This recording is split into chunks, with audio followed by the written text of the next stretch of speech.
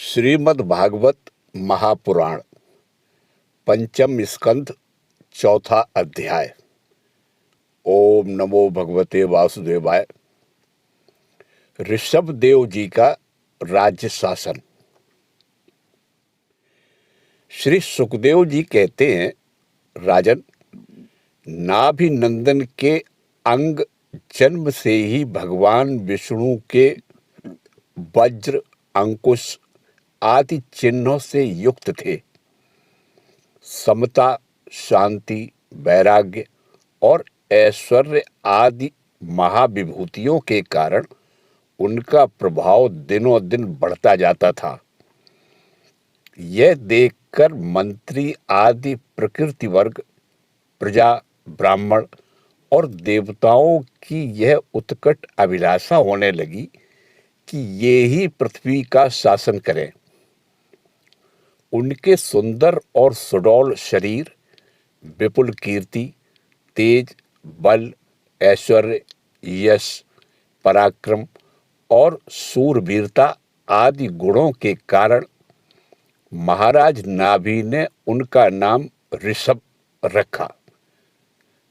एक बार भगवान इंद्र ने ईर्ष्यावश उनके राज्य में वर्षा नहीं की।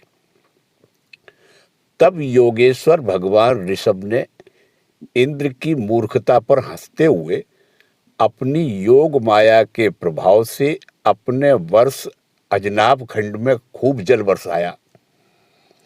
महाराज नाभि अपनी इच्छा के अनुसार श्रेष्ठ पुत्र पाकर अत्यंत आनंद मग्न हो गए और अपनी ही इच्छा से मनुष्य शरीर धारण करने वाले पुराण पुरुष श्री हरि का सप्रेम लालन करते हुए उन्हीं के लीला विलास से मुक्त होकर वत्स, तात ऐसा गदगद वाणी से कहते हुए बड़ा सुख मानने लगे।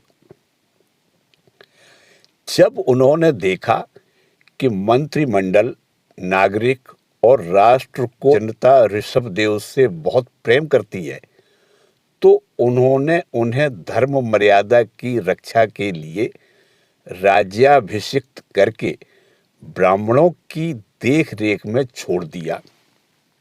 आप अपनी मेरु देवी के सहित बद्रिकाश्रम को चले गए। वहां अहिंसा वृत्ति से, जिससे किसी को उद्वेग न हो, ऐसी कौशलपूर्ण तपस्या और समाधि योग के द्वारा भगवान वासुदेव के नर नारायण रूप की आराधना करते हुए समय आने पर उन्हीं के स्वरूप में लीन हो गए।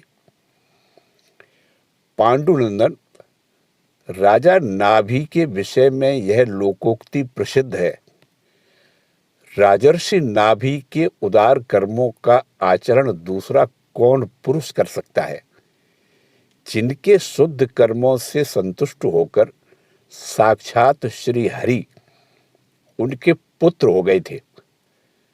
महाराज नाभि के समान ब्राह्मण भक्त भी कौन हो सकता है?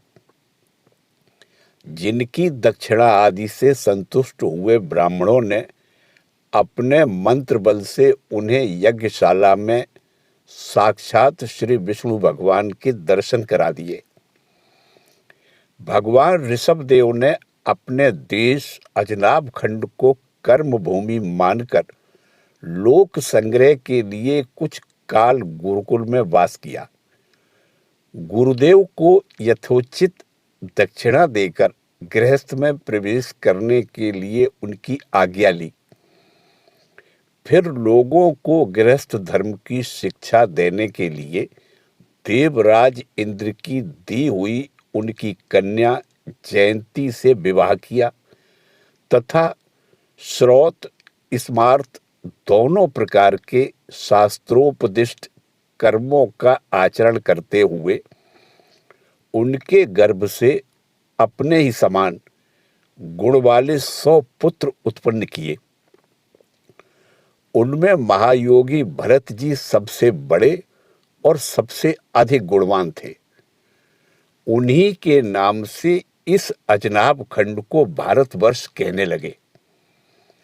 उनसे छोटे कुशावर्त, इलावर्त, ब्रह्मावर्त, मलय, केतु, भद्रसेन, इंद्रस्प्रक, विदर्भ और कीकट, ये 9 राजकुमार शेष 90 भाइयों से बड़े एवं श्रेष्ठ थे।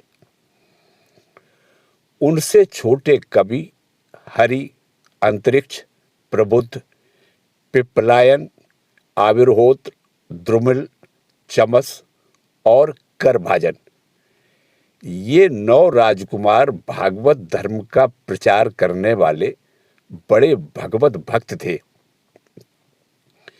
भगवान की महिमा से महिमान्वित और परम शांति से पूर्ण इनका पवित्र चरित्र हम नारद वासुदेव संवाद के प्रसंग में आगे कहेंगे। इनसे छोटे जयंती के 81 पुत्र पिता की आज्ञा का पालन करने वाले अति विनीत, महान वेदज्ञ और निरंतर यज्ञ करने वाले थे। वे पुण्य कर्मों का अनुष्ठान करने से शुद्ध होकर ब्राह्मण हो गए थे। भगवान ऋषभदेव यद्यपि परम स्वतंत्र होने के कारण स्वयं सर्वदा ही सब प्रकार की अनर्थ परंपरा से रहित केवल आनंदानुभव स्वरूप और साक्षात ईश्वर ही थे, तो भी अज्ञानियों के समान कर्म करते हुए उन्होंने काल के अनुसार प्राप्त धर्म का आचरण करके उसका तत्व न जानने वाले लोगों को उसकी शिक्षा दी। साथ ही सम, शांत, सुहृद और कारुणिक रहकर धर्म, अर्थ, यश, संतान, भोग सुख और मोक्ष का संग्रह करते हुए गृहस्थ आश्रम में लोगों को नियमित किया। महापुरुष जैसा जैसा आचरण करते हैं, दूसरे लोग उसी का अनुकरण करने लगते हैं। यद्यपि वे सभी धर्मों के सार रूप वेद के गुण रहस्य को जानते थे, तो भी ब्राह्मणों की बतलाई हुई विधि से साम दानादि नीति के अनुसार ही जनता का पालन करते थे। उन्होंने शास्त्र और ब्राह्मणों के उपदेशानुसार भिन्न भिन्न देवताओं के उद्देश्य से द्रव्य, देश, काल, आयु, श्रद्धा और ऋतुज आदि से सुसंपन्न सभी प्रकार के 100 यज्ञ किए। भगवान ऋषभदेव के शासन काल में इस देश का कोई भी पुरुष अपने लिए किसी से भी अपने प्रभु के प्रति दिन दिन बढ़ने वाले अनुराग के सिवा और किसी वस्तु की कभी इच्छा नहीं करता था। यही नहीं, आकाश कुसुम आदि अविद्यमान वस्तु की भांति कोई किसी की वस्तु की ओर दृष्टिपात भी नहीं करता था। एक बार भगवान ऋषभदेव घूमते घूमते ब्रह्मावर्त देश में पहुंचे। वहां बड़े बड़े ब्रह्मर्षियों की सभा में उन्होंने प्रजा के सामने ही अपने समाहित चित्त तथा विनय और प्रेम के भार से सुसंयत पुत्रों को शिक्षा देने के लिए इस प्रकार कहा। ओम नमो भगवते वासुदेवाय।